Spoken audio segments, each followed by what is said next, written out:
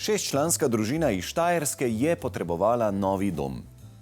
Kot arhitektka in ljubiteljica lesa se je snovalka hiše odločila za nadstandardno leseno montažno gradnjo, ki preseneča na vsakem koraku. Hiša, iz katere se ti nikamor ne mudi. Ob vznožju Pohorja, nedaleč od Maribora, stoji tale impozantna montažna hiša. Posebna je z več razlogov.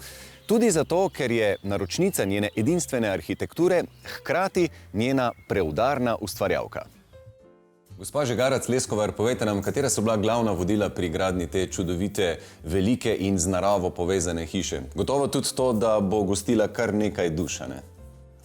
Tako je.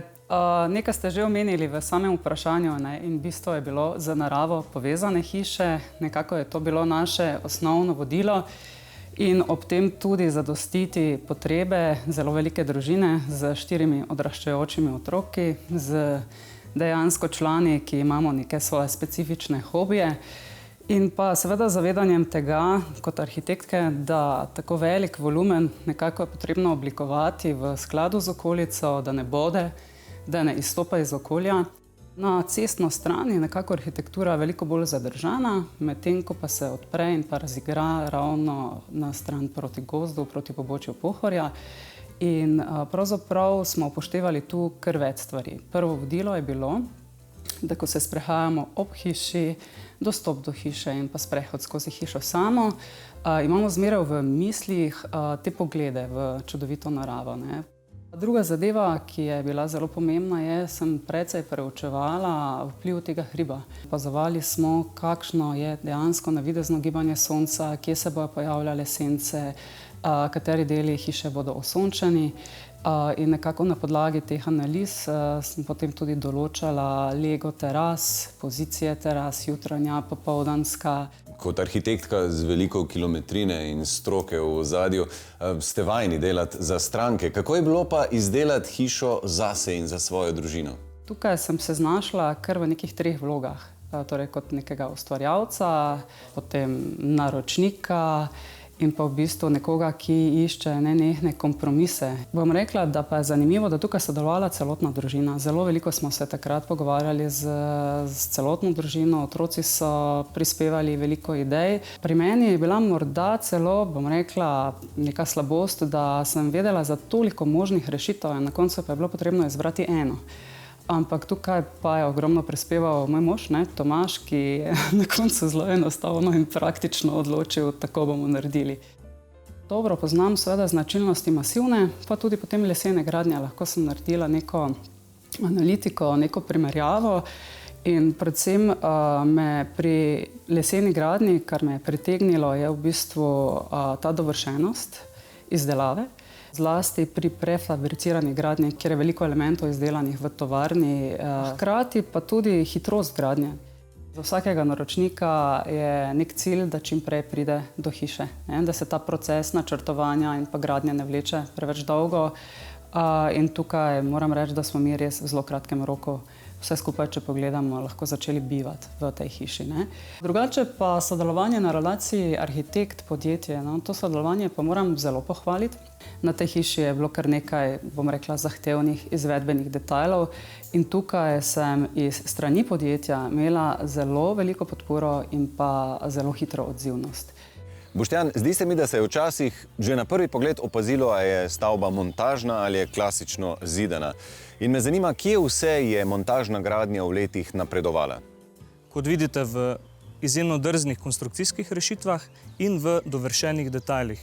Lesene fasade, pohodne terase, pokrite pergole in nadstreški, ravne strehe, vse to nekdaj ni bilo mogoče zagotoviti pri klasičnih montažnih lesenih hišah. Kakšna je bila časovnica? V kako hitrem času ste tole hišo postavili? Vso stavbno pohištvo, senčila in tudi lesena fasada je bilo izdelano že v tovarni in pripeljano na gradbišče. Pri povprečni montažni hiši, velikosti od 130 do 150 kvadratnih metrov neto tlorisne površine, traja montaža približno 2 dni. Z grobimi zaključki in pa z krovsko-kleparskimi deli pa skupno do 5 dni. Pri hiši Leska pa se je vse to odvilo v 8 dneh. Dvoetažna hiša z vsemi dodatki, kot so nadstreški, velike terase in zahtevna lesena fasada. Les je odličen konstrukcijski material, ampak dokler ga držimo stran od vode. Povejte mi, na kaj je treba biti še posebno pozoren, da lesena konstrukcija ne pride v stik z vodo? Torej, odgovor se skriva v pravilni konstrukcijski zasnovi hiše in v pravilni izvedbi detajlov odvodnjavanja in zaščite pred zunanjimi vplivi. Hiša leska svojo konstrukcijsko zasnovo in z potresnimi varovalkami lahko kljubuje tudi močnejšemu potresu in orkanskemu vetru. Značilnost lesenih montažnih objektov je, da so nekoliko privzdignjeni od tal, kar pomeni, da s tem dosežemo večjo zaščito in dolgotrajnejšo zaščito proti zunanjim vplivom in proti vlagi. V hiši se čuti eno tako posebno zvočno ugodje, bi rekel. Zakaj je to? Družina Leskovar nam je zaupala, da so izredno zadovoljni z zvočno zaščito. To lahko pripišemo odličnemu stavbnemu pohištvu in zunanji steni, ki ima kar 3 izolacijske sloje. Na zunanji strani lahko vidimo izolacijski sloj, torej fasadni sloj iz kamene volne. V konstrukcijski ravnini imamo dodaten izolacijski sloj, prav tako iz kamene volne. In posebnost te hiše je inštalacijski kanal oziroma inštalacijska ravnina, v katero smo namestili lesno volno. Posebnost te inštalacijske ravnine je, da vse inštalacije, vsi inštalacijski vodi potekajo znotraj te ravnine in posledično ne posegamo v konstrukcijo in dosegamo precej boljše lastnosti, kar se tiče zrakotesnosti samega objekta. V sredini stene imamo jedro, ki predstavlja konstrukcijo. To je lesena okvirno-panelna konstrukcija. Torej, leseni okvir je oploščen z 2 cementno-ivernima oblogama, ki imata odlične gradbeno-fizikalne in mehanske lastnosti, odlično požarno odpornost in s tem konstrukcijskim sistemom dosegamo izredno visoko mehansko odpornost in stabilnost objekta. Na notranji strani pa imamo posebej debelo mavčno kartonsko ploščo, ki dodatno zagotavlja požarno odpornost celotne hiše. Arhitektka je poskrbela za optimalno izbiro komponent stavbe in ustrezno velikost steklenih površin. Odločila se je za ogrevanje s toplotno črpalko in naravno hlajenje poleti z odpiranjem strešnih oken v večernem času. Hiša s porabo 14,5 kWh električne energije na kvadratni meter letno dosega kriterije pasivne stavbe. Pri urejanju okolice sta zakonca Leskovar sodelovala s krajinskim arhitektom Markom Klemenčičem, ki je izbral rastline, s katerimi ni veliko dela. Kateri so kotički, kjer se vi še v tej hiši posebej dobro počutite? Ali pa da ste na nje ponosni iz strokovnega vidika?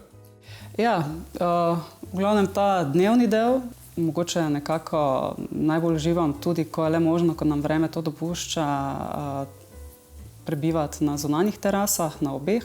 Jaz zelo uživam v svoji pisarni.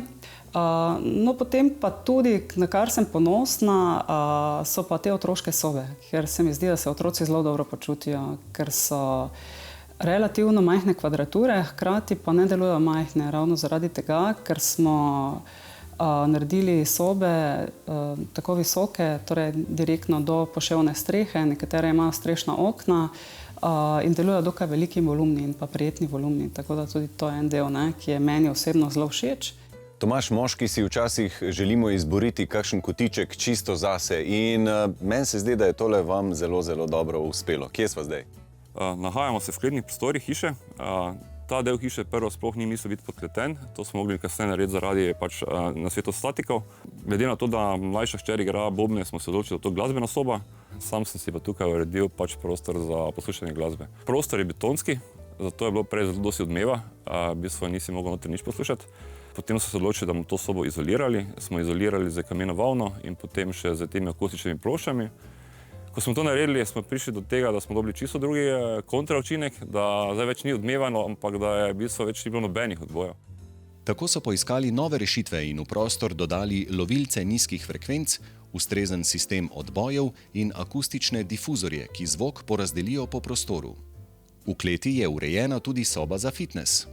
Fitness uporablja v bistvu vsa družina in to je v bistvu kar v dnevni uporabi.